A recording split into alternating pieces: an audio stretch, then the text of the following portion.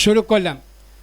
The national agenda has stated in clear and unambiguous terms that my government shall strive to develop a national consensus on all major issues confronting the nation. The problems facing the Indian economy are too many, too complex, and far too important to be subjected to a partisan approach. We simply cannot afford to play politics with the nation's economy anymore. This indeed will be the real test of patriotism on the economic front. This point demands candid and even self-critical elaboration. The first phase of economic liberalization was launched in 1991. Some of the reforms brought about positive changes.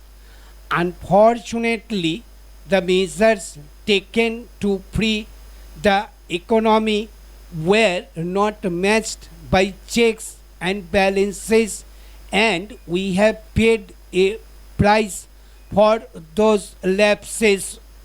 Also, the liberalization process suffered from inadequate attention to the eradication of unemployment and too many critical issues in the social sector such as health care, education and housing.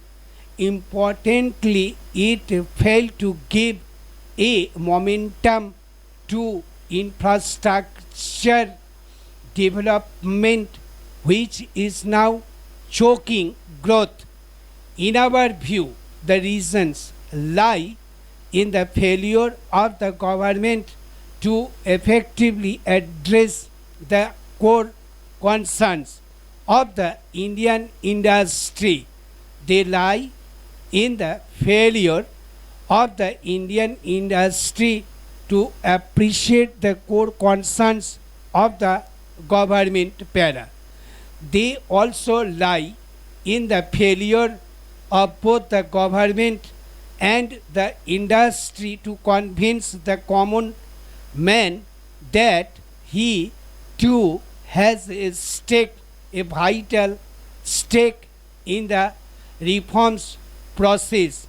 That is why during the election campaign I repeatedly stressed that India urgently needs to reform the reforms process.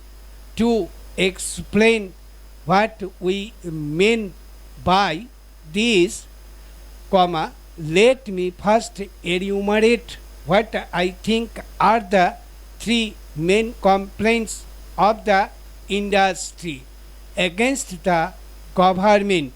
The three main complaints of the government against the industry and also the three main complaints of the common man against both the government and the industry.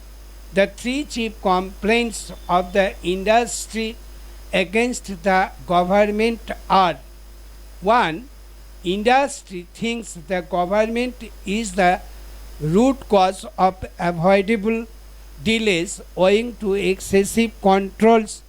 Even after 7 years of reforms, a typical industrialist is forced to spend considerable time in management of the government than in management of his own business.